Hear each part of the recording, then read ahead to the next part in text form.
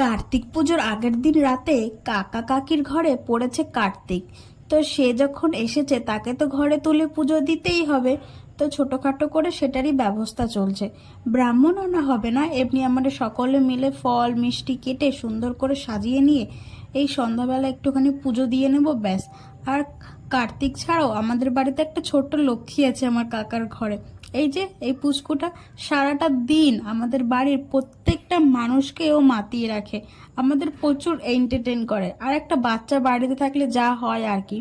তো আমরা এখানে সব কিছু গুছিয়ে নিয়ে পুজো টুজো দেওয়া শুরু করে দিয়েছি। রিয়া কাশ বাজাচ্ছে, আমি শঙ্খ বাজাচ্ছি, কাকি ওদিকে সন্ধ্যা দিচ্ছে, আর আমাদের পুচকুটা বসে বসে নমস্কার করার নাম করে টুকটুক করে মিষ্টি খেয়েই যাচ্ছে, এত দুষ্টু।